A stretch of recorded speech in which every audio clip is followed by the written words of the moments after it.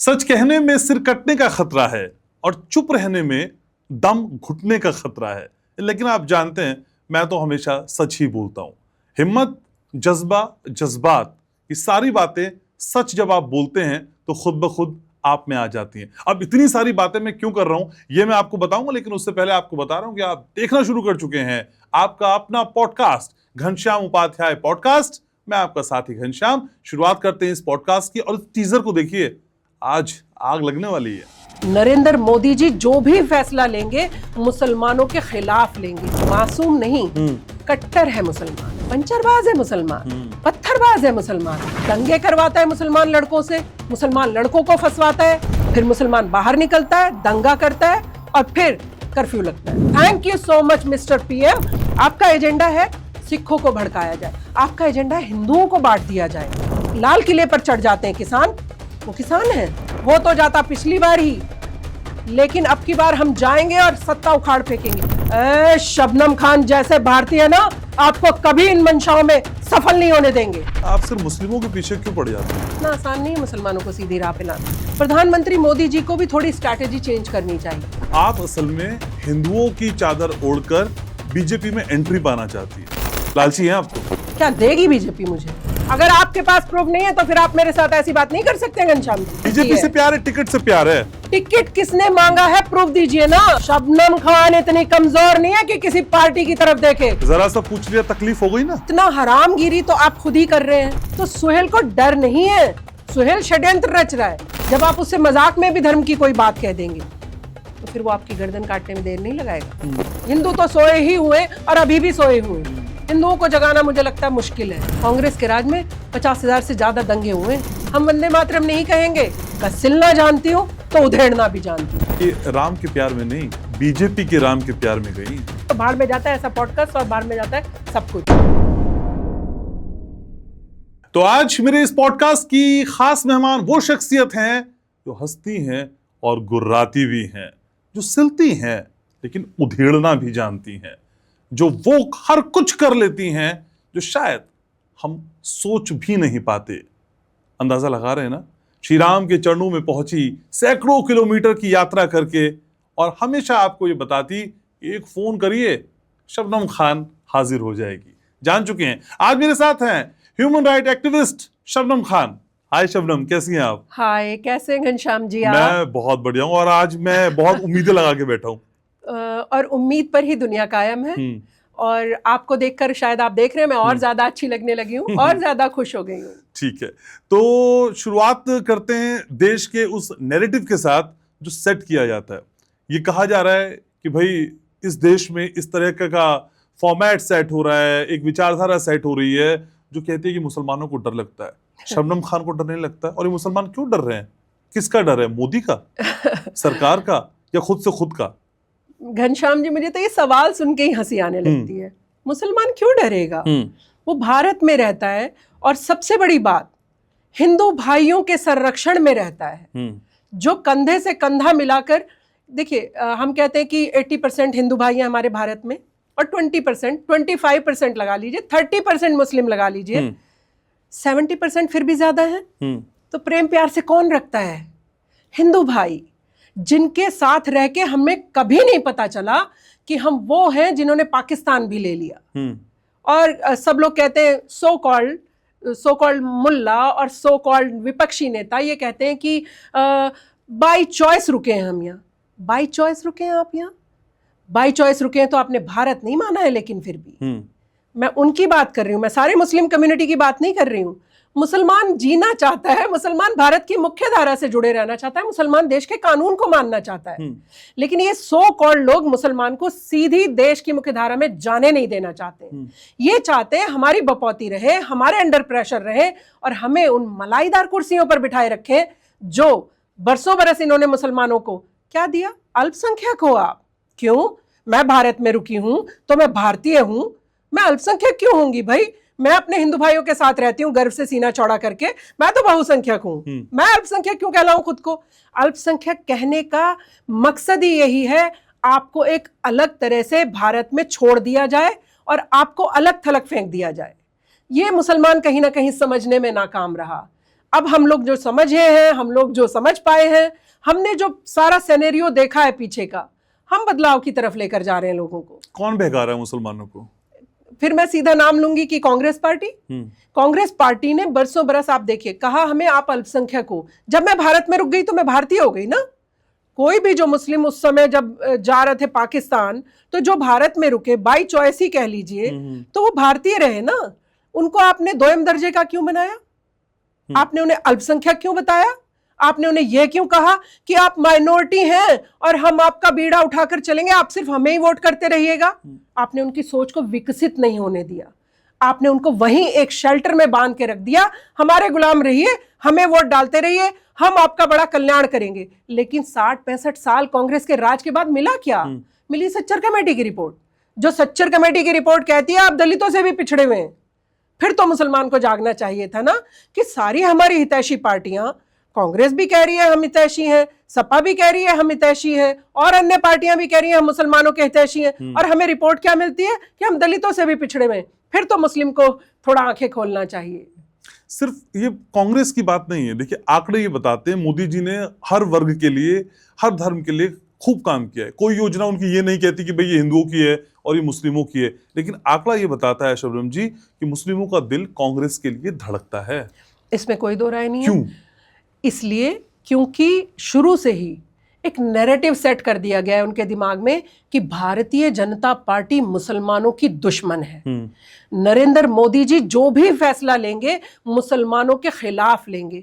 जब आप इस तरीके की, देखिए कुछ पढ़े लिखे लोग तो समझ जाते हैं, लेकिन गांव-गांव जब मैं काम करती हूं तो मैं देखती हूं उन लोगों तक एक मुल्ला का मैसेज आया और उस मुल्ला ने जो डिक्टेट कर दिया, मुस्लिम कम्युनिटी उसी तरफ दौड़ती है, फिर अपना दिमाग नहीं चलाती। नहीं तो मुल्ला तो धर्म के हैं कि कांग्रेस के हैं? कांग्रेस के मुल्ला। जो कैसे कैसे ये मैं आपको बताती हूँ। देखिए, कुछ चंद आदमियों को कांग्रेस पार्टी ने पकड़ा। ये मैं पुरानी बात बता रही हूँ आपको, बहुत साल पहले की, जब कांग्रेस ने सोचा कि मुसलमानों का इस्तेमाल कैसे किया जाए। धर्म ऐसी चीज है, उसी के हिसाब से आप उनको इस्तेमाल कर सकते हैं, क्योंकि मुस्लिम बहुत ज्यादा कट्टरवादी होते हैं। मुस्लिम धर्म से एक सेकंड इधर उधर नहीं हिल सकते। हिंदू को फिर भी आप कोई बात बताएं वो समझ सकता है। मुसलमान को आप धर्म के अगेंस्ट एक शब्द भी कहना चाहें नहीं सुनेगा। आपको पता है, सर तन से जुदा वाले उस पर आ जाते हैं। इन्होंने क्या किया? इन्होंने कहा, इन्होंने कुछ लोगों को दाढ़ी बढ़वाई, टोपी लगवाई, अचकन पहनवाई, मुल्ला बना दिया। कौन सा मुल्ला? धर्म का मुल्ला नहीं, कांग्रेस पार्टी का मुल्ला। वो कांग्रेस पार्टी का मुल्ला खड़ा कर फिर उन्होंने उससे वो डिक्टेट कराया जो वो चाहते थे। और मुस्लिम तो है ही, आंखें बंद करके पीछे पीछे चलना है उसे। क्यों? क्योंकि वो सो कॉल्ड मुल्ला को मौलाना समझ रहा है जो धर्म की बात करने निकला है, लेकिन कांग्रेस पार्टी का मुल्ला है वो, ये मुसलमान समझ नहीं पाए। तो आप देख रहे हो कि उसी ढर्रे पे चल रहा है मुसलमान आज भी। बीजेपी को पसंद नहीं करेगा, आप चाहे कुछ भी कर लीजिए, मोदी जी कितना भी उनके लिए काम कर दें, लेकिन माइंड में क्या फिट है? भारतीय जनता पार्टी और नरेंद्र मोदी जी इस्लाम के खिलाफ है, आपके धर्म के खिलाफ है। इधर सुनिए, मुसलमान के खिलाफ भी नहीं सिखाते हैं, धर्म के खिलाफ है ये सिखाया जाता है। और जब आप धर्म की बात करते हैं तो फिर मुसलमानों का चेहरा आप जानते हैं, बहुत कट्टर होते हैं। धर्म के प्रति मुसलमानों को आप बिल्कुल एक शब्द भी समझा नहीं सकते। ये तो धन्यवाद करती हूं मैं आप लोगों का, थैंक्स टू यू मीडिया, आप सब लोग जिन्होंने मुसलमानों को पहली बार थोड़ा जागरूक होने का मौका दिया। और जो हम कहना चाहते थे कभी, जो हमारी बात शायद बाहर तक नहीं आ पाती थी, आपने हमें एक मंच दे दिए जिस पर हम खुलकर बोल पाए, खुलकर कह पाए। तो थोड़ा सा तो बदलाव आया, लेकिन बहुत बड़े बदलाव की अभी भी जरूरत है। तो मुसलमान इतनी आसानी से बहक जाता है? चंद मौलाना मौलवी जो कांग्रेस के मुल्ला जैसा आप कह रही हैं, वो चाहते हैं और बहका देते हैं। इतना मासूम है मुसलमान? बिल्कुल, धर्म के मामले में इतना ही मासूम नहीं, कट्टर है मुसलमान। अच्छा, मासूम होता है जिसे बच्चे को टॉफी दी और वो बहल गया। कट्टर होता है जो उस बात से कभी हिलेगा ही नहीं, डिगेगा ही नहीं।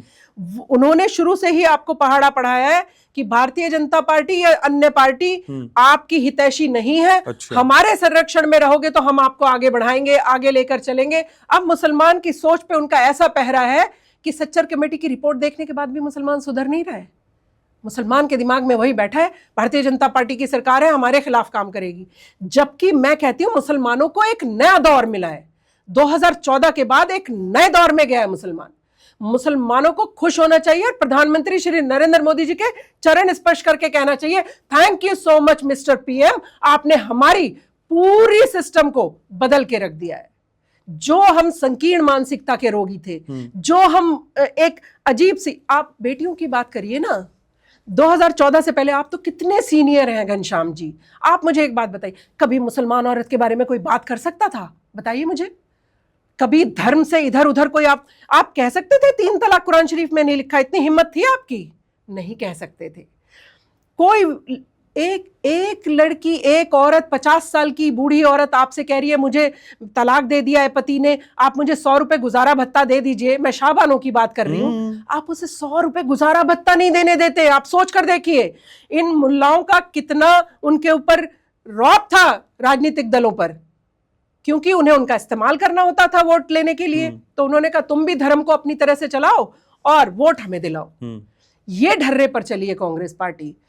हम तो थोड़े देर बाद जागरूक हुए, सभी पहले कांग्रेसी थे, सभी कांग्रेस को पसंद किया करते थे, सारी देश की जनता उन्हीं को वोट देकर आया करती थी, बड़े खुश हुआ करते थे, अरे इंदिरा जी, अरे ये वो। लेकिन आंखें खुली तो समझ आया हाथ तो खाली है मुसलमान के, पंचरबाज है मुसलमान, पत्थरबाज है मुसलमान, ये सब मुसलमान है।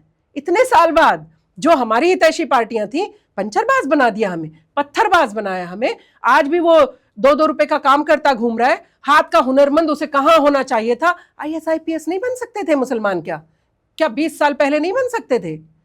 आज उनके अंदर नई जागृति आई है।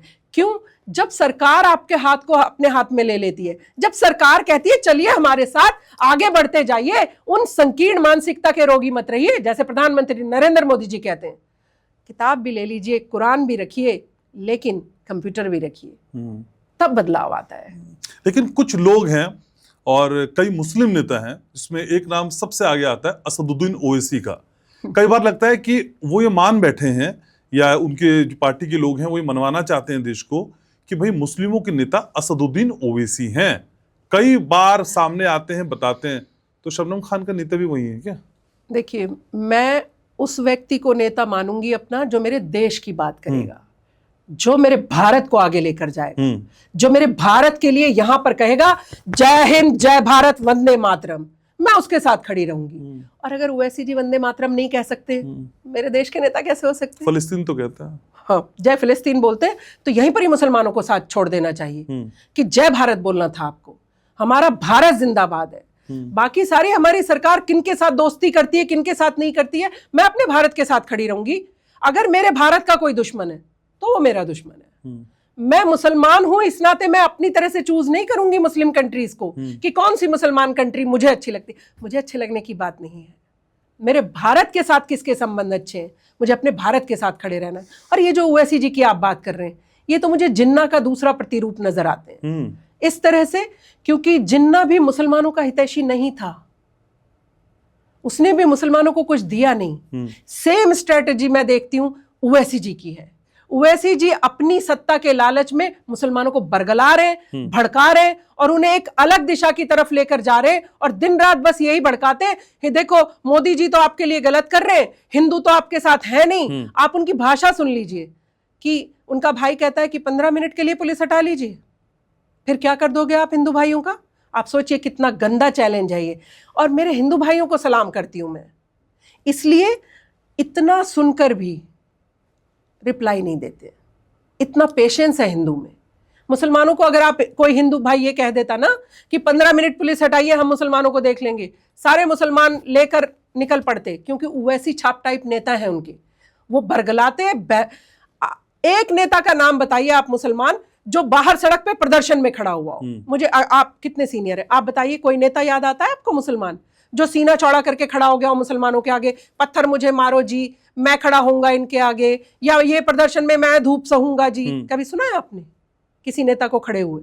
आकर 2 मिनट भाषण देता है, भड़काता है, फिर वो मुस्लिम कम्युनिटी चाहे पिटती रहे, उस तरीके की चीजें जब करवाता है, दंगे करवाता है मुसलमान लड़कों से, मुसलमान लड़कों को फंसवाता है, मुसलमान लड़के जब फंस जाते हैं फिर उस पर राजनीति करता है। कभी उनके घर जाता है पूछने कि वो जो मैं भड़का कर आया था और वो जो जेल में बंद है, क्या हुआ उन लड़कों का? नहीं। मुसलमान जो यंगस्टर्स हैं उनका इस्तेमाल ये आज से नहीं हो रहा है। आप उनकी बात कर लीजिए जिनको आप कहते हैं कि ये तो जामा मस्जिद के शाही इमाम हैं। शाह तो रहे नहीं, फिर शाही इमाम किस बात का भाई? शाह कौन था? बादशाह।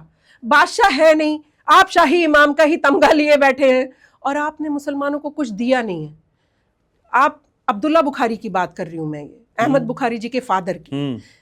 फ्राइडे नमाज होती है हमारी जामा मस्जिद में, जब नमाज हुई है अब्दुल्ला बुखारी का इतिहास उठा के देखिएगा, कर्फ्यू लगा है। क्यों?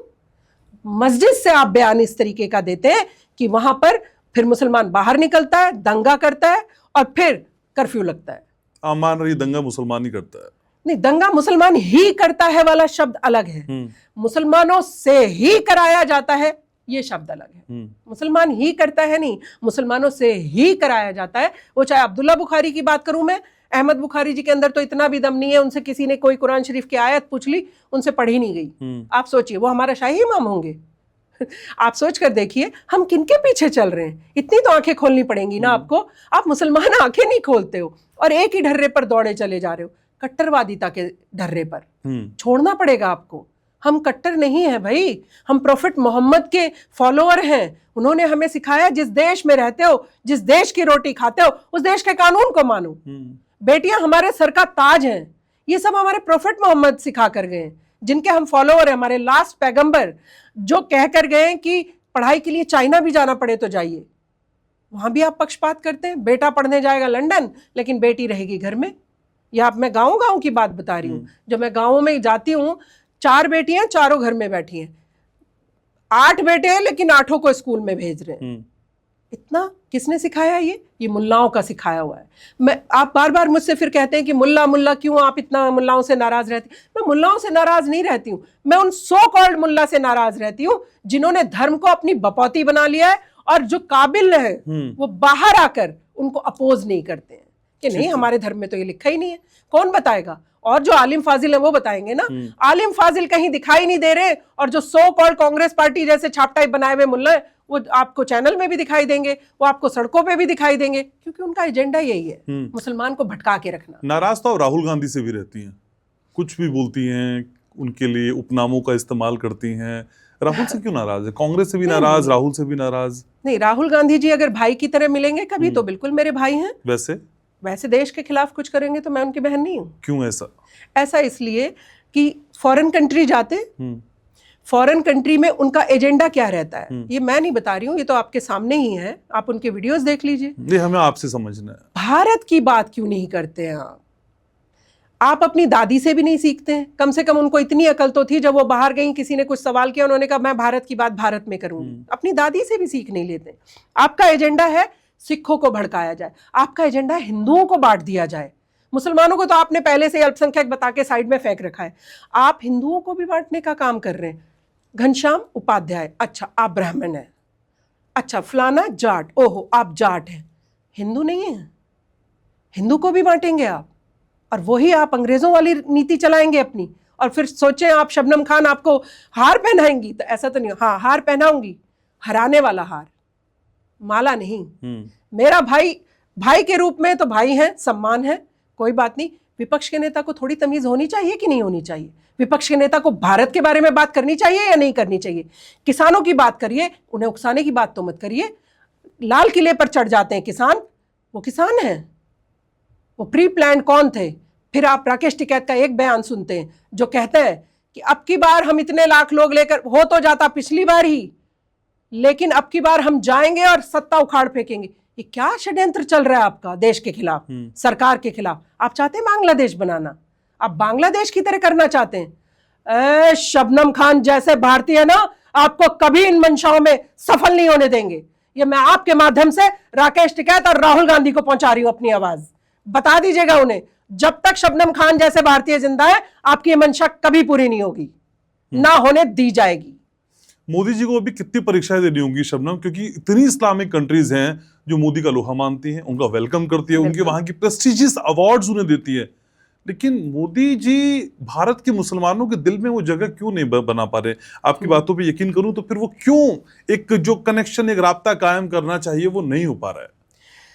एक्चुअली मोदी जी मैं अगर बिल्कुल खुल के बोलूं, खुल के बोलना है। अभी समझ नहीं पाए मुसलमानों को। वो मुसलमानों को हिंदू समझ रहे हैं। वो सोच रहे हैं कि जिस तरह से हिंदू से कोई बात कही और उनके दिमाग में आ जाती है और वो सीधी राह पकड़ लेते हैं, मुसलमान भी शायद एक दिन सीधी राह पकड़ लेंगे। इतना आसान नहीं है मुसलमानों को सीधी राह पे लाना। हालांकि मुस्लिम नाराज होते हैं मेरी इस बात से, पर यही सच है। मुसलमान के लिए मोदी जी, अगर मैं बोल रही हूं कि इधर से खून बहाए ना, तो भी मुस्लिम उनको पसंद नहीं करेगा, क्योंकि उनका ढर्रा है कांग्रेस पार्टी। कांग्रेस पार्टी इसलिए है, मोदी जी कहते हैं ना खाऊंगा ना खाने दूंगा। मोदी जी कहते हैं कोई दंगा करेगा तो उसको सजा मिलेगी, किसी भी कम्युनिटी का हो। अब यहां पर कांग्रेस पार्टी का आप वो देखिए, जब मुसलमान कोई गलती करता है, जब मुसलमान पत्थर मार लेता है, उसको शेल्टर देने का काम करती है, सीधी राह पे लाने का काम नहीं करती है। और आप हमेशा देखिएगा, एक व्यक्ति हमें जो कह रहा हो गलत राह पे चले जाइए, शराब पी लीजिए, दंगे कर लीजिए, वो अच्छा लगता है हमेशा।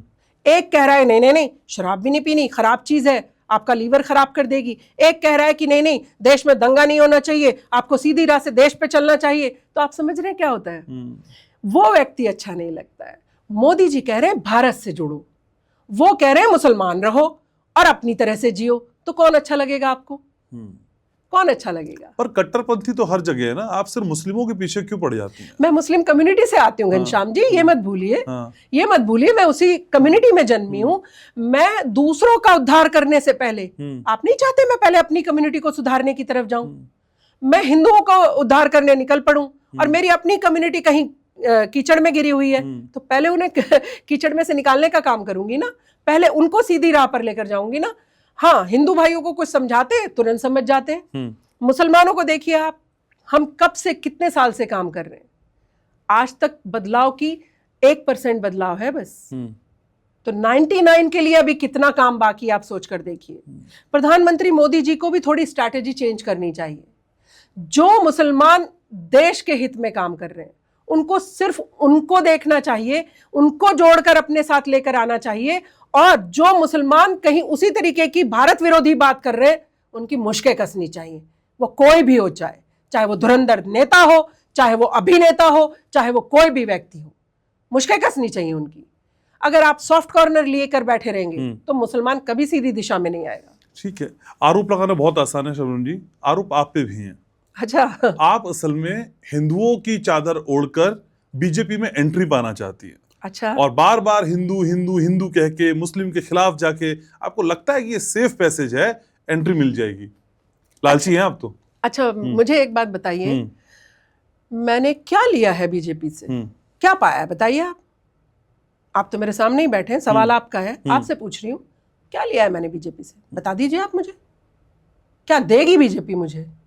मैं देश के लिए जीने वाली लड़की हूँ, मैं आर्मी ऑफिसर की बेटी हूँ। देश मेरे लिए सर्वप्रथम सर्वोपरि है। मेरे लिए पॉलिटिक्स, पार्टी, ये सब कोई मैटर नहीं करता। टिकट चाहिए ना आपको? किस चीज का टिकट? भारतीय जनता पार्टी कब मांगा? आप मुझे एक प्रूफ दीजिए मैंने टिकट मांगा हो किसी से। कोशिश नहीं की है? कब की है कोशिश, वो भी बता दीजिए।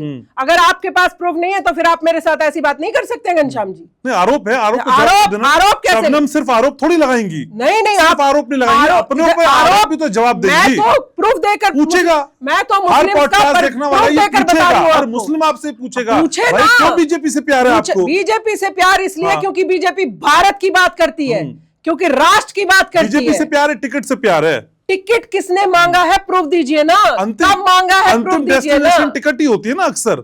ओहो, मांगा तो नहीं ना अभी तक। अभी तक चाहिए तो नहीं मांगा। चाहिए नहीं, टिकट चाहिए होता तो कब का लड़ गई होती। शबनम खान इतनी कमजोर नहीं है कि किसी पार्टी की तरफ देखे। जब लड़ना होगा अपने बलबूते लड़ सकती हूँ मैं, मेरी खुद की पर्सनालिटी है। मैं खुद शबनम खान निर्दलीय नहीं लड़ सकती है क्या शबनम खान? आप बताइए। मुझे लड़ना होगा तो चुनाव लड़ने से कहा घनश्याम उपाध्याय रोक लेंगे मुझे। कौन रोकेगा मुझे? या बीजेपी रोक लेगी मुझे? बात टिकट की या किसी चीज की नहीं है, बात देश की है। क्या मेरी ये छोटी सी एक टिकट की लालसा मुझे देश की बात करने को कहेगी? क्या मेरा जमीर मर गया है? कैसी बातें कर रहे हैं? आपको लग रहा है ना कि बीजेपी देश में है, रहेगी भी, चल भी रही है, प्रधानमंत्री जी का सिक्का चल रहा है, तो ये अच्छी जगह है। अगर वहां चले जाए तो अच्छी जगह है। अच्छा, तो मुझे एक बात बताइए, अगर मेरे को बीजेपी कुछ दे भी दे, कोई पद, टिकट या कोई भी चीज जो उसके मन में आए, तो आपके पेट में दर्द क्यों हो रहा है? क्यों हो रहा है? पूछेंगे ना, पूछिए ना, पूछेंगे। आप सारी जिंदगी कांग्रेस की दलाली करो, आप सारी जिंदगी कांग्रेस की रोटियां तोड़ तोड़ कर, उनके जूते उठा उठा कर बन जाओ कुछ भी, वो कुछ नहीं है। और अगर एक नेक आत्मा को, एक शबनम खान को जो देश के लिए काम करती है, उसके कामों के प्रति अगर कोई देखकर पार्टी कुछ दिया नहीं है और लिया भी नहीं है, ना भविष्य में लेने की संभावना है, फिर आप कहोगे कि मैं लालची हूं। जरा सा पूछ लिया, तकलीफ हो गई ना? हाँ, होनी चाहिए। जरा सा पूछा, तकलीफ हो गई। तकलीफ नहीं होगी जो उस लालच में जी रहा हो, उस लालच में काम कर रहा हो। शबनम खान उस लालच में काम नहीं करती है, तो तकलीफ तो होगी ना कि इतनी मेहनत, जो देश के लिए जी रहे हैं, जो देश के लिए काम कर रहे हैं, जनता के लिए अपना पूरा सर्वस्व निछावर कर दिया, मेरे पिता ने बॉर्डर पे और मैं यहां देश में काम कर रही हूं, और आप ऐसे तीखे फिर बात कहेंगे या जनता कहेगी, तो फिर जनता को तो भाई समझना पड़ेगा। आप मेरे को एक चीज बता दीजिए कि शबनम खान जी, आप निजी फायदे के लिए, मैं आपको चैलेंज कर रही हूं, मैं जनता को भी चैलेंज कर रही हूं, वो सो कॉल्ड जो आप जिनका नाम ले रहे हैं, एक कोई मेरा फायदा बता दे, मैंने बीजेपी के नेता से मिलकर लिया हो, किसी और से मिलकर लिया हो। बीजेपी के नेता से मिली थी कब्रिस्तान के लिए, समझिए आप।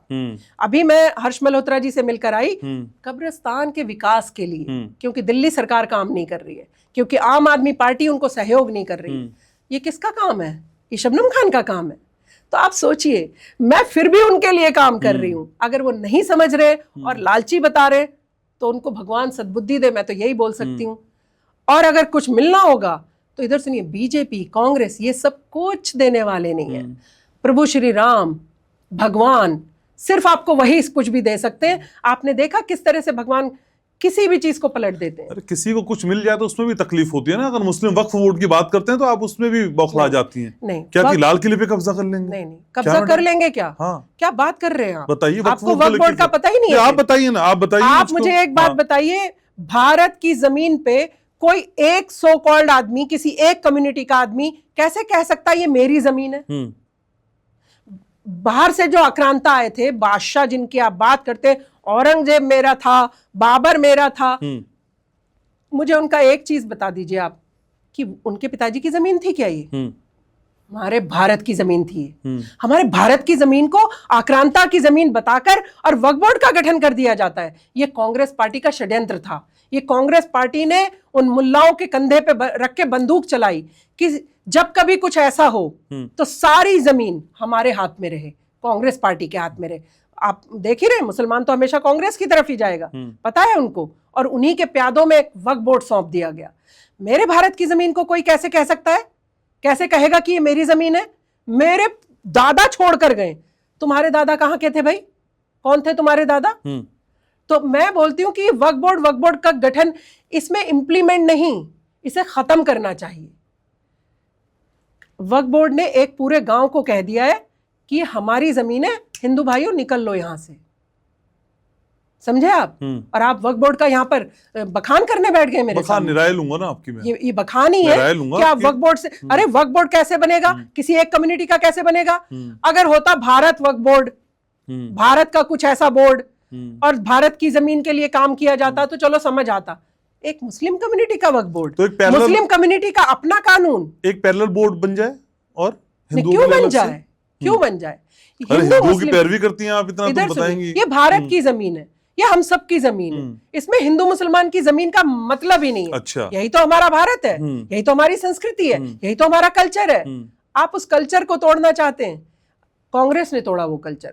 कांग्रेस ने मुसलमानों को, देखिए, पहले अल्पसंख्यक बताया, फिर वक्फ बोर्ड दिया, शिया को अलग वक्फ बोर्ड दिया, सुन्नी को अलग दिया, शिया सुन्नी को लड़ा के रखने वाला काम किया कि कभी एकजुट ना हो पाए। तुम ताजिया इधर से निकालोगे, तुम ताजिया उधर से निकालोगे। किसने कहा? ये क्यों नहीं कहा अगर आप सेकुलर हैं, अगर आप सबको जोड़ने का काम करते, ये क्यों नहीं कहा इकट्ठा निकालिए, इकट्ठे रहिए, भारतीय बन के रहिए? कभी सुना आपने राहुल गांधी या किसी के भी मुंह से ये बात? तो मैं बोल रही हूँ कि मुसलमानों का कब तक इस्तेमाल करते रहोगे? और हम तो देश के लिए जीते, ले लीजिए हमारी जान। हमारे फादर कह कर गए, शबनम खान के पिता ने सिखाया है, जब कभी देश के लिए जान देनी पड़े, जान दे देना। फोन मिला के पूछना नहीं कि मैं यहां पर जान देने जा रहा हूं, दे देना जान, हम गर्व महसूस करेंगे। तो हम तो ये सीखे हुए, ये सीख कर पले बढ़े हैं। फलानी पार्टी से लालच ले लो, फलानी पार्टी से ये ले लो। एक्चुअली वो जो कह रहे हैं ना, वो खुद लालची हैं और लेते फिरते हैं, इसलिए शायद उन्हें पता है। मैं तो बोल रही हूँ स्वागत है उनका, जाओ आप भी ले लो बीजेपी से, फिर 2 बार हिंदू हिंदू कह के जाके देख लो, अगर आपको कुछ मिल रहा है आप भी ले लो। नहीं, कोई मुस्लिम अगर हिंदू हिंदू कहता है तो अलग बात होती है ना, हिंदू हिंदू कहता है तो अलग बात होती है। हिंदू हिंदू नहीं कहते, हिंदू अच्छा कर रहे हैं कुछ, उसकी तारीफ है। मुसलमान गलत कर रहे हैं कुछ, उन्हें सुधारना मेरी जिम्मेदारी है, इसलिए मैं उसी कम्युनिटी से आती हूं। इसका असर नजर क्यों नहीं आ रहा? इतनी कोशिशें आप कर रही हैं, हिंदू मुस्लिम एक हो जाएं कोशिश कर रही हैं, तो ये ईद की मिठास और गणेश चतुर्थी का तिलक साथ क्यों नहीं हो पा रहा है? कौन नहीं होने दे रहा है?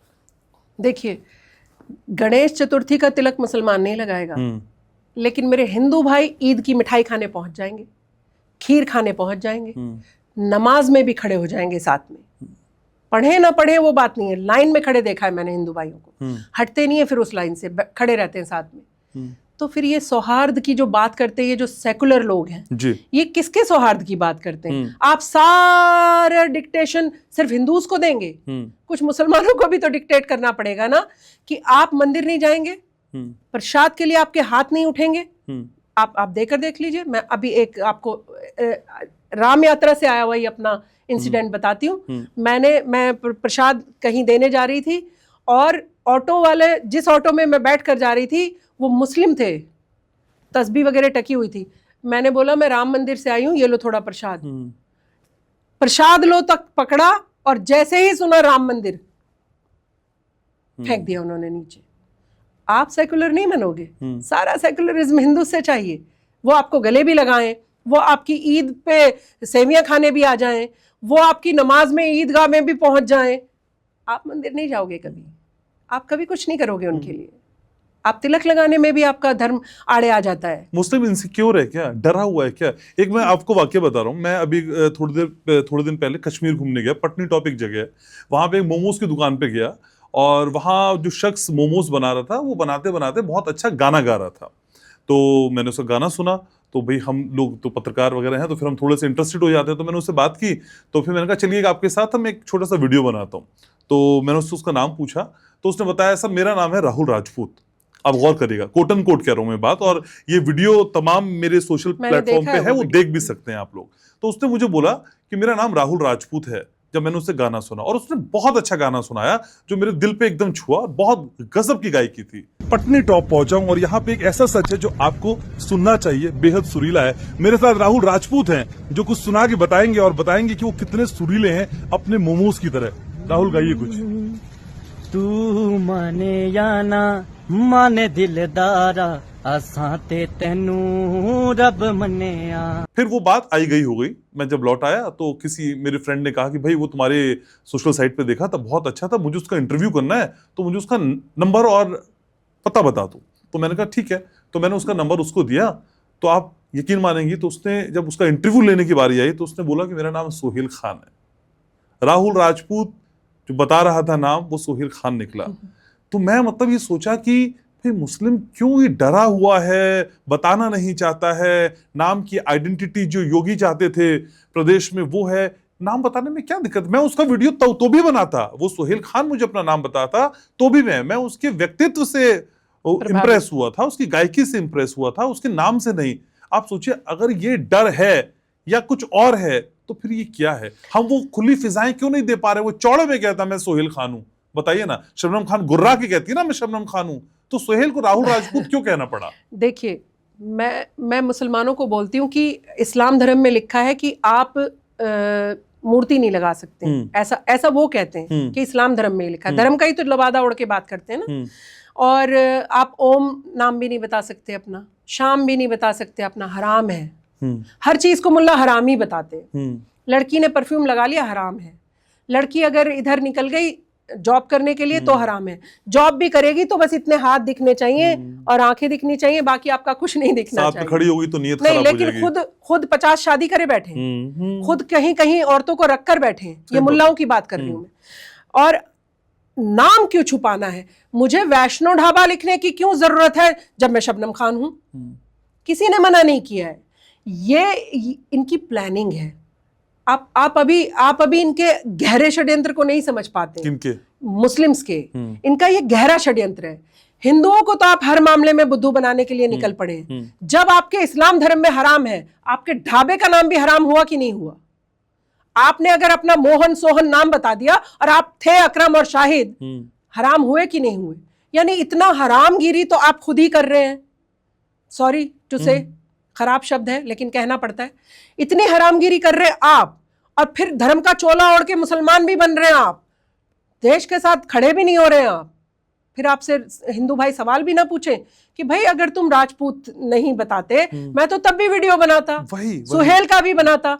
तो सुहेल को डर नहीं है, सुहेल षड्यंत्र रच रहा है, हिंदुओं को बुद्धू बना रहा है, उस जगह अपना दबदबा बना के रखना चाहता है। और फिर जब बात आएगी, फिर जब किसी हिंदू भाई के साथ कोई घटना घटेगी, आपको कन्हैया याद नहीं है क्या? याद है, कुर्ते की नाप लेते में गर्दन काट दी गई।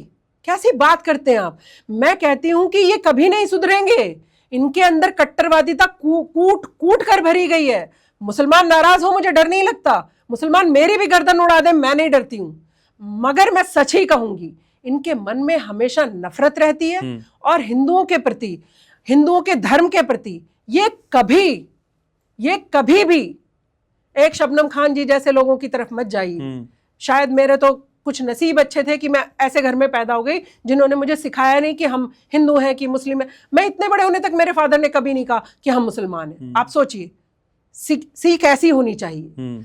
लेकिन आप देखिए कि उन मुल्लाओं ने इनके दिमाग में अब ये भरा है, ये जो आप मुसलमानों के नाम हिंदू में देख रहे हैं ना, ये सब वो जो सिमी पकड़े जाते हैं, वो जो फलाने पकड़े जाते हैं, बाहर से फंड लेकर काम कर रहे हैं, देश को खोखला करने का काम कर रहे हैं। आप सोहन समझ के उसके साथ दोस्ती कर रहे हैं, और वो निकलेगा कौन? चक्रम अकरम। वो आपके ऊपर कब घात लगा देगा आपको नहीं पता, क्योंकि जब आप धर्म पर आ जाएंगे, जब आप उससे मजाक में भी धर्म की कोई बात कह देंगे, तो फिर वो आपकी गर्दन काटने में देर नहीं लगाएगा। सॉरी टू से। तो ये ज्यादा बच्चे पैदा करने का भी षड्यंत्र ही हो रहा है क्या?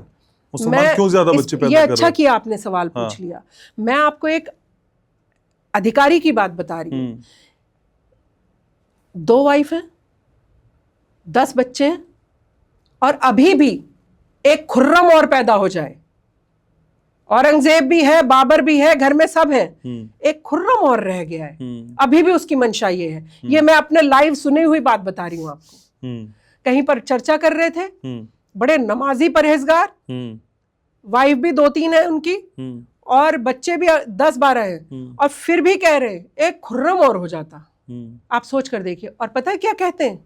साथ में कहते हैं ये मुसलमानों के लिए योगदान है हमारा, मीन्स मुस्लिम कम्युनिटी की संख्या बढ़ाने में हमारा योगदान है ये। और कौन कौन योगदान कर सकता है ऐसा? आओ और ज्यादा बच्चे पैदा करो। तो वो जो अभी इस पर डिबेट होने लगी है, पहले कौन पूछता था मुसलमान के कितने बच्चे? ये धन्यवाद करिए भारतीय जनता पार्टी का कि कम से कम कुछ मुद्दे जो बिल्कुल हम लोग, हिंदू तो सोए ही हुए और अभी भी सोए हुए हैं, हिंदुओं को जगाना मुझे लगता है मुश्किल है। मैं तो हिंदुओं को बोलती हूँ, ऐसा प्रधानमंत्री मिला है तुम्हें, पहली बार तुम जय श्री राम बोल पा रहे हो, शबनम खान जय श्री राम बोल पा रही है, और आप उस प्रधानमंत्री की कदर नहीं कर रहे हो। याद करो, कांग्रेस के राज में 50,000 से ज्यादा दंगे हुए हैं। मेरठ मलियाना कांड शायद आपको पता नहीं है, मुसलमानों को भी मरवाती है, हिंदूज को भी मरवाती है, और खुद राजनीतिक रोटियां सेकती है। कम से कम मुसलमान शेल्टर में तो है। मैंने कभी मोदी जी को या भारतीय जनता पार्टी में जितने भी लोगों से मिलती हूँ या बात करती हूँ, मैंने कभी आज तक ये नहीं सुना कि कोई मुसलमान गया उनके पास और उन्होंने उसके काम में देरी लगाई हो। बल्कि कहते खान साहब आए, बताइए जल्दी से फोन मिलाते हैं, काम करते हैं। उनके मन में ये भाव है। आपके मन में भाव क्या है? कि वो हिंदू है, मैं तिलक नहीं लगवाऊंगा। एक बार ये जो हम देवबंद की बात करते हैं, देवबंद में एक बार होम मिनिस्टर पहुंचे। होम मिनिस्टर कोई आएगा, अगर हमारे यहाँ पर अभी यहाँ पर हम बैठे होम मिनिस्टर आ जाए, हम कुछ शिक्षा की बात करेंगे, हम कुछ आगे बढ़ाने की बात करेंगे। नहीं घनश्याम जी, और हम देश के लिए ये करना चाहते हैं, हमारे को ये सुविधा प्रोवाइड की जाए। उन्होंने क्या कहा? हम वंदे मातरम नहीं कहेंगे। यही सिखाते हो आप, इसीलिए आपने मदरसे खोले हुए। फिर तो शबनम खान से टकराना पड़ेगा। फिर शबनम खान छोड़ने वाली नहीं है। फिर तो मदरसा वाला हो या कोई भी मुल्ला हो, पहले शबनम खान से टकराएगा, फिर बाद में बात होगी। आप उनको वहां भी यही सिखा रहे हो कि वंदे मातरम हमारे धर्म में नहीं है। क्यों नहीं है भाई? भारत में तो है ना, भारत में पैदा हुए, मैं भारत के लिए बोलूंगी वंदे मातरम। मैं जय हिंद जय भारत लगाऊंगी, भारत माता की जय बोलूंगी। मेरे को प्राउड फील होता है। देखिए मैंने भारत माता की जय बोला, देखिए कैसे गूज बम आ गए, मुझे खुशी मिलती है, चेहरा दमदमाने लगता है अपने भारत की जय जयकार लगाने में। और मुल्ला क्या सिखा रहे हैं मुसलमानों को? वंदे मातरम मत बोलो, भारत माता की जय नहीं बोलना। अब फिर आप कहेंगे मैं भारतीय मुसलमान हूं, बाय चॉइस मुसलमान हूं। भाड़ में जाते हैं ऐसे बाय चॉइस मुसलमान। ऐसे मुसलमानों को जूते की नोक पे भी नहीं रखना चाहिए। बाय चॉइस कह के भारत माता की जय जयकार नहीं लगाते, नहीं चाहिए ऐसे मुसलमान। अच्छा, जितनी नफरत आपको इस तरह के मुसलमानों से है, उतनी ही नफरत मैंने कई बार देखा पुरुषों से भी है आपको। आप कहती हैं महिलाओं के साथ जितनी संख्या अभद्रता हो रही है, उनके साथ जितनी भी वारदातें हो रही है, उसकी हम खुल की निंदा करते हैं और इस तरह के आधी आबादी के बाद सलूक नहीं होना चाहिए, सबको जीने का अधिकार है। लेकिन पुरुषों के खिलाफ क्यों जाती हैं अचानक? सारे पुरुष एक से तो नहीं होते शबनम? नहीं, ये सारे पुरुषों जैसे कुछ मुसलमानों के खिलाफ नहीं है, ऐसे ही सारे पुरुषों के खिलाफ नहीं है। लेकिन आप एक बात बताइए, बलात्कार कौन करता है? कौन करता है? पुरुष करता है ना। निर्भया याद है आपको? कितनी निर्दयता से निर्भया के साथ बलात्कार हुआ और उसकी हत्या हुई। तो फिर पुरुषों से एक सवाल ना पूछा जाए, मैं आपके पास बैठी हूं, मैं सिक्योर्ड क्यों महसूस कर रही हूं? क्योंकि घनश्याम उपाध्याय से मुझे डर नहीं है, क्योंकि घनश्याम उपाध्याय की आंखों में मुझे वासना नहीं नजर आती, प्रेम बहन के जैसा नजर आता है, इसलिए मैं सिक्योर्ड फील कर रही हूं। इन्हीं आंखों में जब मुझे वासना नजर आएगी तो फिर मैं क्लास लगाऊंगी, तो फिर मैं उन पुरुषों से लड़ूंगी कि क्यों नहीं आप और हम। और बल्कि मैं तो बेटियों को बोलती हूँ, सारे देश की बेटियों को, क्या पूरी दुनिया की बेटियों को बोलती हूँ, मैं किसी आदमी पर ही डिपेंड क्यों रहूं? उसकी गंदी नजर है, होने दीजिए। आप और हम एक साथ क्यों नहीं है? जो मैंने मुहिम चलाई हुई है, मैं सिलना जानती हूं तो उधेड़ना भी जानती हूं। हम सिल सकते हैं बहुत प्यार से, आपको रफू करके दे सकते हैं आपकी शर्ट, लेकिन अगर आप हमारे साथ ज्यादती करेंगे तो आपकी शर्ट फाड़ कर उधेड़ भी सकते हैं। तो ये है मेरी मुहिम, ये उन अपराधी पुरुषों के लिए है। और बेटियों के लिए मैं बोलती हूं, किसी से डरने की जरूरत नहीं है। जब कोई आपकी तरफ आंख उठाकर देखे, जब कोई आपको घूरे, मैं तो कहती हूं सरकार से, घूरने पर जो कानून बना रखा है उस पर इंप्लीमेंटेशन नहीं है, इंप्लीमेंट होना चाहिए वो। मुझे कोई 2 मिनट घूरे, मेरे पीछे आए, कितनी भी कंप्लेंट करा ले लड़कियां, सुनवाई कहाँ है घनश्याम जी? पर न्याय दिलाएगा कौन? पुलिस में खामियां हैं, राजनेता तो ये तक कह देते हैं कि 12 साल की बच्ची का रेप हुआ तो उसको डीएनए टेस्ट होना चाहिए। आप सोच कर देखिए, या आप अखिलेश भैया की बात कर रहे हैं कि उन्होंने कहा कि आप मतलब अपराधी की साइड खड़े होकर, हालांकि उनके पिता भी तो, देखिए सीखा क्या है उन्होंने अपने पिता से। मैंने अभी अपने पिता को कोट किया और बताया कि उन्होंने कहा देश के लिए जान दे दीजिए। उनके पिता ने क्या सिखाया? लड़के हैं, गलती हो जाती है। तो जब आप ऐसी चीज अपने बेटे को सिखा के जाएंगे तो वो तो बलात्कारी के साथ ही खड़ा होगा ना। मैं बोल रही हूँ कि कोई, जैसा कि पुरुष मुझे कहते लड़कियां भी तो गलत कंप्लेंट दर्ज कराती हैं, तो कानून है ना, आप अपराधी के साथ तो मत खड़े होइए। अगर बेटी सच बोल रही है तो सच तो सामने आता है। और कोई लड़की, आप सोच कर देखिए, न्याय वैसे ही नहीं मिल रहा है, कितना बड़ा जिगरा चाहिए पहले तो कंप्लेंट दर्ज कराने के लिए ही कि आपने मुझे छू दिया या पकड़ लिया। और बलात्कार तो बहुत भयंकर चीज है, आत्मा पर घाव करता है। लड़की की बात समझते भी हैं आप लोग, या खाली सिर्फ चर्चा ही करके बैठ जाते हैं? लड़की का घाव समझते हैं आप उंगली जरा सा मुझे बिना मेरी मर्जी के टच कर दीजिए, मुझे नफरत होगी आपसे, अपने आप से गुस्सा आता है फिर ये सब देखकर। इतना लड़की का मन समझ नहीं पाया कोई भी आज तक। अभी आपको ही 2 लोग आपकी बिना इच्छा के पकड़ लेना, बलात्कार तो दूर की बात कह रही हूं मैं, आप छटपटाने लगेंगे अभी यहाँ पर। आप पुरुष हैं, जबकि आप लड़ भी सकते हैं उनसे ज्यादा। बेटियों का दर्द कोई नहीं समझता। 50% आबादी की सबको वोट चाहिए। सुबह 5 बजे सारे नेता निकल पड़ते हैं, दीदी हो आप मेरी, माता जी हो आप मेरी, है ना, वोट करिए, मैं आपको सुरक्षा मुहैया कराऊंगा, आपके स्कूल में ये कराऊंगा। जब वोट मिल जाती है तब वो 50% आबादी याद नहीं रहती है फिर आपको। फिर वो बेटी जब आपके पास एक एप्लीकेशन लेके पहुंचती है तब आप कहते हैं कि बाद में आना, और मिलते ही नहीं है। पहली बात तो नेताओं के साथ ये प्रॉब्लम है। पुलिस का एक प्रॉब्लम है, अगर आप किसी नीचे अधिकारी की ऊपर अधिकारी के पास जाकर कंप्लेंट कर रहे हैं तो वो ऊपर वाला अधिकारी साहूकारी बन के बैठ गया है, नहीं मेरा पुलिस वाला तो ये सब कर ही नहीं सकता है। फिर तो चेन खराब नजर आती है ना, यानी नीचे से ऊपर तक फिर आपको ढर्रा ही गलत नजर आता है। तो ये आमूल चूल परिवर्तन की जरूरत है अभी भी। हालांकि थोड़ा बदलाव आया है, जैसे योगी जी की हम बात करते हैं, कानून में थोड़ा बदलाव आया है। वहां पर मैं तो 700 किलोमीटर जब यात्रा की है, देखा है मैंने, एक अपराधी दिखाई नहीं दिया है मुझे। जबकि मैं सुबह 4:30 बजे अंधेरे कोहरे में चल पड़ती थी, तब भी एक अपराधी, एक ट्रक वाले, किसी की हिम्मत नहीं आंख उठाकर देख ले। तो बदलाव इस तरीके का आना चाहिए। ठीक है, आपने बहुत अहम टॉपिक छेड़ा है और यहाँ पे श्री राम की जब बात हो रही है तो श्री राम की यात्रा, सैकड़ों किलोमीटर पैदल सफर, और उस पर ये कह देना लोगों का, आप फिर मुझसे खफा हो जाएंगी, कि ये राम के प्यार में नहीं, बीजेपी के राम के प्यार में गई हैं। प्रभु श्री राम क्या बीजेपी के हैं? आरोप है। लगाने दीजिए। प्रभु श्री राम की बात आप करेंगे ना तो फिर मैं वहाँ मामले में मैं बहुत ज़्यादा इमोशनल हूँ, क्योंकि 700 किलोमीटर की यात्रा की ना मैंने प्रभु श्री राम को पाया है। इस मामले में तो मैं किसी की बकवास नहीं सुनूंगी। मुझे प्रभु श्री राम ने दर्शन दिए और कहा कि आप मेरे मंदिर के लिए लड़ती थी शबनम। मैं आपको सेम वर्ड बता रही हूँ जो मुझे भगवान के सुनाई दिए थे। और अब जब मंदिर बन गया आप नहीं आ रही हैं, आ जाओ, पैदल आ जाओ। और मैं 1 जनवरी को मेरे साथ ऐसा हुआ और 3 जनवरी को मैं चल पड़ी हूँ प्रभु श्री राम के लिए। जब मैं चली थी तो थोड़ी अकड़ थी मेरे अंदर कि शबनम खान हूँ मैं, चल पड़ी हूँ। धीरे धीरे जैसे जैसे मैं चलती गई हूँ, प्रभु श्री राम ही मेरे अंदर समाते गए। और लोग इसे भी एक स्ट्रेटेजी का हिस्सा कहते हैं। देखिए, लोग क्या कहते हैं उस पर नहीं जाना है। जवाब तो देते हैं ना। हमने क्या किया, मैं वही बता रही हूँ। हाँ, हमने क्या किया है मैं वो बता रही हूँ। अगर मुझे लालच होता भगवान के नाम का तो मैं यहीं खड़े खड़े नहीं कर सकती हूँ क्या? बताइए आप मुझे। मैं यहाँ से प्रभु श्री राम के लिए कुछ ऐसा बोलकर नहीं कर सकती हूँ क्रिएट। उसे आप नहीं बताएंगे, उसे भी तो आप बताएंगे ना। 700 किलोमीटर में पैदल क्यों चलूंगी बताइए मुझे? छाले डालकर जख्म हो रहे, जूते पहने नहीं जा रहे, खून निकल रहा है, मेरी उंगलियां टेढ़ी हैं, अभी तक सीधी नहीं हुई हैं, देख सकते हैं आप। मैं क्यों करूंगी ऐसा? क्या ही दे देगा कोई मुझे? तो भगवान श्री राम के और मेरी यात्रा के बारे में मैं किसी को इजाजत नहीं देती हूँ कोई एक शब्द कहे, ना मैं सुनती हूँ किसी की। अगर भगवान श्री राम और मेरे बारे में किसी ने एक शब्द बोला खराब, मैं बख्शूंगी नहीं उसको, मैं कोर्ट घसीटूंगी फिर उसे। इसलिए क्योंकि मेरी श्रद्धा मुझे आपको बताने की जरूरत नहीं है और इसको बीजेपी से रिलेट करने की जरूरत नहीं है, क्योंकि दूसरे लोग भगवान को भी कहीं ना कहीं राजनीति से जोड़कर देखते हैं। क्या भारतीय जनता पार्टी के दिल में प्रभु श्री राम की वो नहीं हो सकती है?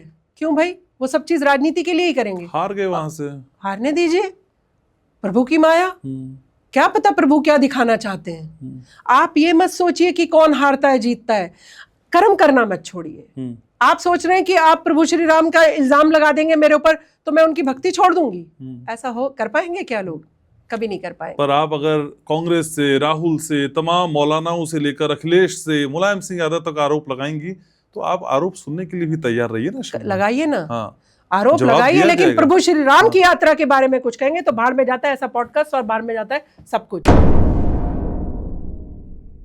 प्रभु श्री राम और मेरे बीच में कोई पॉलिटिक्स अगर लेकर आएगा मैं छोड़ूंगी नहीं। आरोप तो चाहे आप हो, पूछे जाएंगे। आरोप से मतलब नहीं है। आरोप क्यों लगाओगे? क्या देखा आपने? क्या फायदा लेते हुए देखा आपने मुझे? आपने कोई फायदा लेते हुए देखा मुझे? मैं गई हूं 700 किलोमीटर अपना तन मन का पसीना खून बहाते हुए, और आप उसको फिर राजनीति से जोड़ेंगे और आप सोचेंगे मैं यहाँ पर उनके जवाब दूं, तो मैं उनके जवाब नहीं दूंगी। क्यों दूं उनके जवाब? है कौन वो लोग? आपको पता है? आप जरा एक बार 1 किलोमीटर चल के दिखाइए जय श्री राम करते हुए, मैं भी देखूं कितना दम है। बुलाइए उन लोगों को जो आरोप लगाते हैं। प्रभु श्री राम और शबनम खान के बीच में कोई आएगा तो शबनम खान उसको नहीं बख्शेगी। फिर राम के जरिए बीजेपी के नजदीक पहुंचने की कोशिश बीजेपी से राम को क्यों जोड़ा जा रहा है? आरोप तो लगते हैं, क्यों जोड़ेगा कोई भी? शबनम खान के प्रभु श्री राम नहीं हो सकते। तुम तो कभी जय श्री राम बोलोगे नहीं। मुसलमान लड़की अगर बोल रही है तो वो बीजेपी के लिए बोल रही है, ऐसा क्यों भाई? क्यों नहीं बोल सकती? हिंदू ला इलाहा इल्लल्लाह मोहम्मद रसूलुल्लाह 1000 बार बोलता है दिन भर।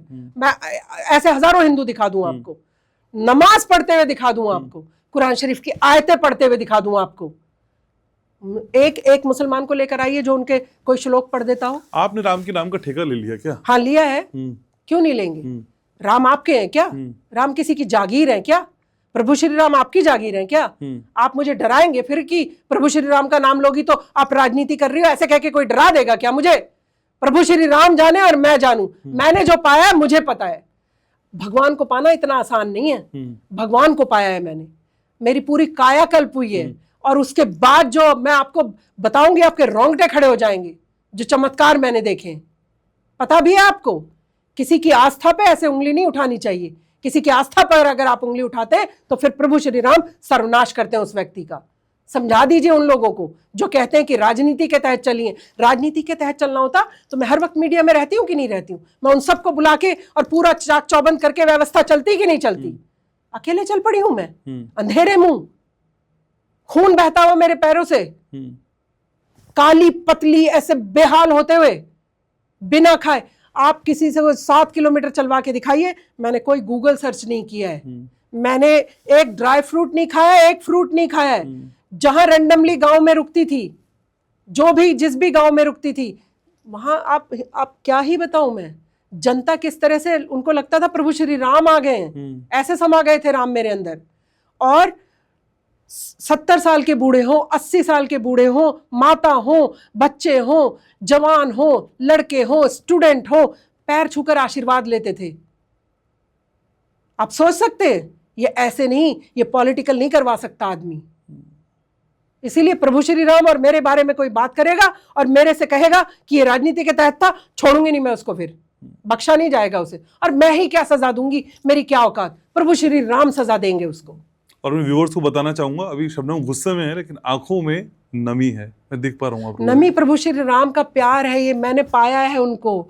आप समझिए बात को। जब मैं चल रही हूँ, मैं चली तो थी उससे कि बहुत शबनम खान चल पड़ी है बस प्रभु श्री राम के, मैं हमेशा गाती जाती थी, राम आएंगे आएंगे राम आएंगे, मेरी कुटिया के भाग अब खुल जाएंगे। राम, जब मैं राम का नाम लेती हूँ मुझे ऐसा होता है, मैं क्या करूं बताइए, रोना आता है मुझे। और जब मैं रामपथ है एक 10-11 किलोमीटर रह गया मंदिर से, मैं इतनी सी दूर रह गई और मैं रामपथ पे चलने लगी, तो मुझे थोड़ा सा घमंड आ गया कि अब तो 10 किलोमीटर रह गया है, अब तो मैं पहुंच ही गई हूँ। मैंने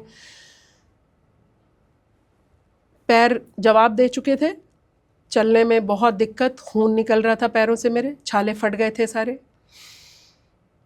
मैंने कहा कि या मैं बस पहुंच गई हूँ, अब तो मेरा यात्रा पूरी हो जाएगी, बस इतना सा घमंड आया। प्रभु श्री राम ने वो सड़क 10 किलोमीटर मेरे लिए 100 किलोमीटर जैसा कर दिया। कठिन परीक्षा ले ली मेरी।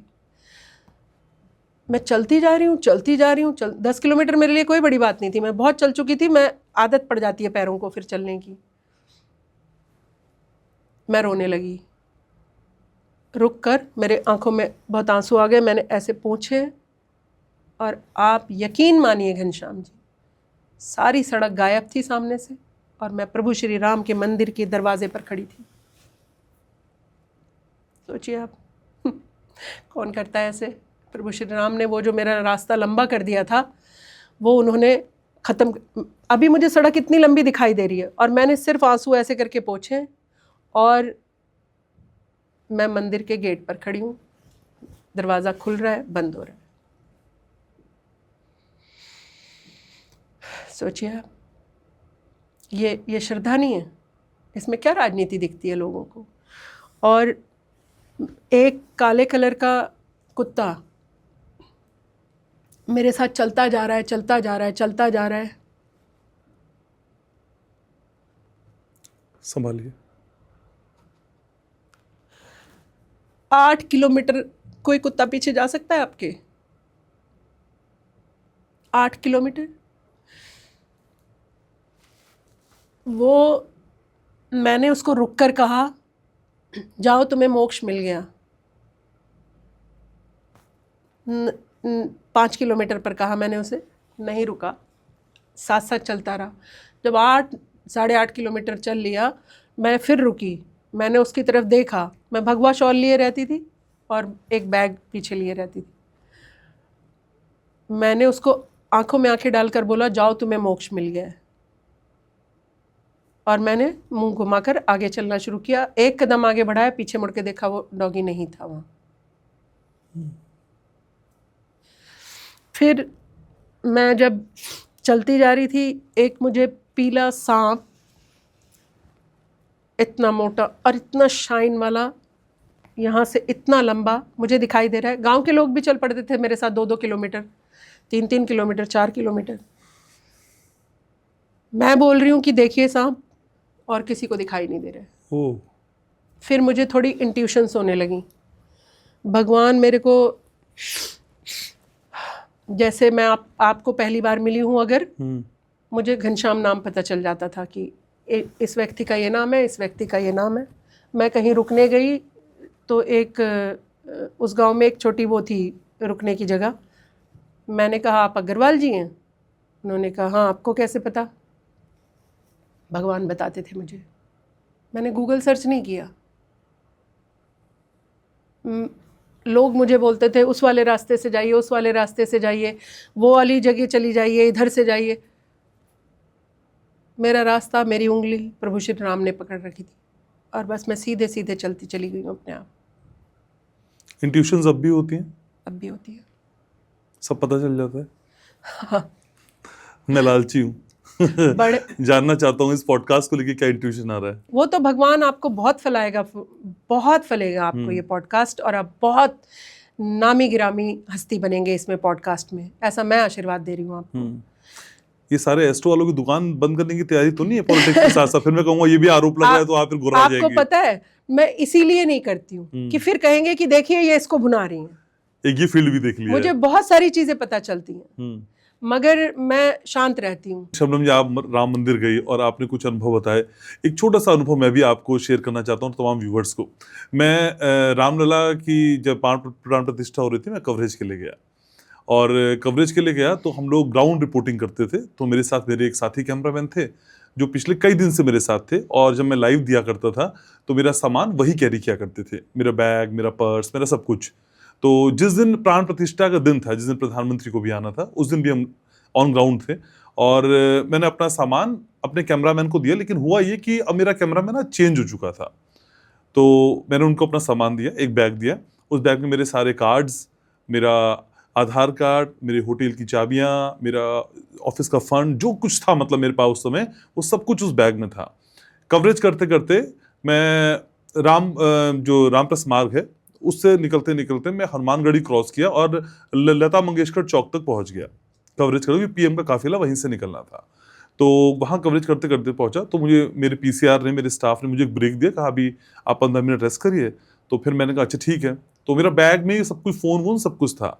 तो मैंने अपने कैमरामैन से कहा, तो वो सकपका गया, वो मेरा बैग खो चुका था। मेरा फ़ोन, मेरा चार्जर, मेरा आईपैड, सब कुछ उसमें था। अब इतनी भीड़ थी उस दिन उस रास्ते पे कि ये मुमकिन ही नहीं था कि मेरा बैग मुझे मिल जाए। और वहां से करीबन 2-2.5 किलोमीटर मैं आगे था जहां मैंने उसको अपना बैग दिया था। तो फिर उसके बाद मैं गुस्सा हुआ अपने कैमरा पर्सन पे, वो गुस्सा मुझे आना ही था, और मेरी कवरेज चल रही है और मेरा सब कुछ उसमें, मतलब मैं हेल्पलेस था। वहां से मैं क्या करता समझ में नहीं आ रहा था। मैंने कहा तुम रुको, मैं एक बार जाकर ट्राई करता हूँ। और बस मैं 4 कदमों की दूरी पे गया तो मैंने आंख बंद की और श्री राम से कहा, आपकी कवरेज के लिए आया हूँ, आपके धाम में हूँ और पूरा देश देख रहा है, और आप जानते हैं पिछले 7 दिन से मैं लगातार यहाँ काम कर रहा हूँ। बस मैंने इतना कहा। मैं आगे 200 मीटर और चला तो मेरा जो पुराना कैमरामैन साथी था, जो और दिन मेरे साथ था, वो भीड़ में मेरा बैग लिए चला आ रहा था।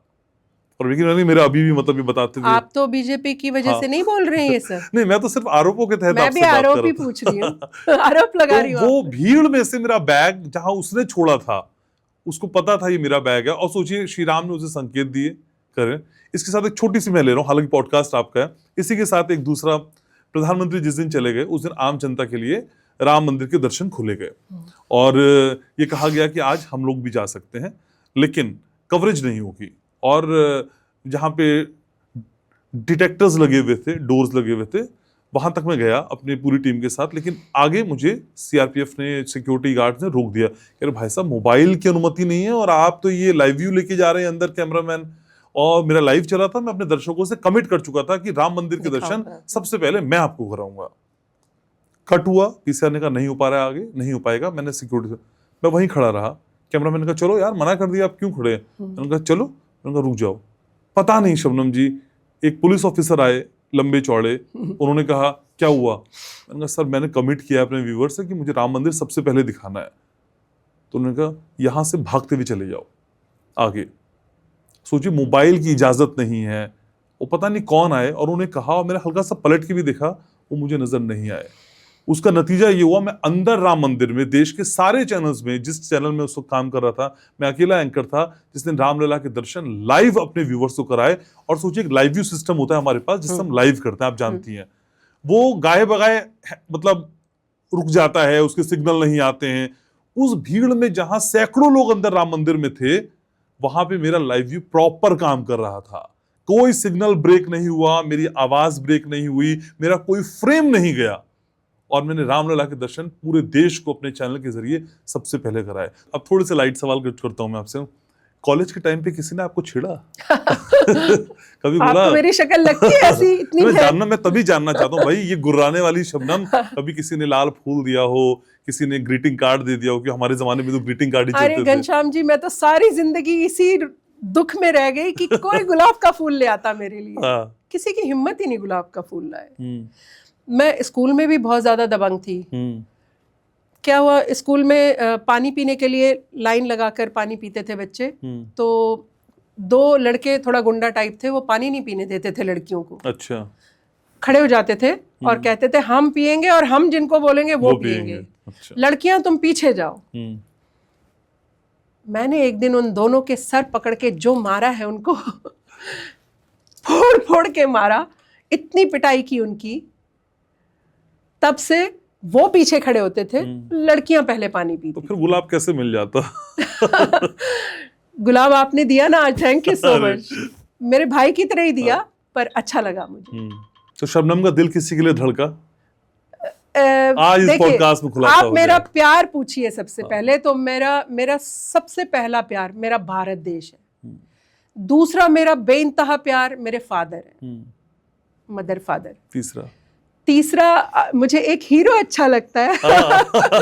बहुत अच्छा लगता है। कौन? ऐसे तो मुझे साउथ इंडियन हीरोज बहुत पसंद है, बिकॉज उनकी मूछें घनी होती हैं, थोड़े टॉल डार्क हैंडसम होते हैं। लेकिन मुझे अच्छा लगता है अजीत। मलयाली हीरो है अजीत, मुझे वो बहुत पसंद है। अरे शबनम को मैंने जब देखा, जैसे टॉम बॉयज देखा, तो कभी लाली लिपस्टिक, चूड़ी, बिंदिया, बिछिया, आई शेडो, लिपस्टिक, जो भी चीजें टर्म्स होती हैं जो मेरे मेकअप दादा बताते हैं, वो कभी मैंने लगाते नहीं देखा। कभी मन करता है? एक बार लहंगा चोली पहनकर चली गई थी किसी की शादी में, तो फिर वो लहंगा ही नहीं संभला मेरे से। और आप यकीन करेंगे, खरीद कर लाई हूँ, मुझे नहीं पता उसके पीछे कट है। अच्छा। किसी ने बोला पीछे कट है, तो घर आई हूँ, पहले जीन्स और शर्ट चेंज किए, फिर पहुंची हूँ शादी में।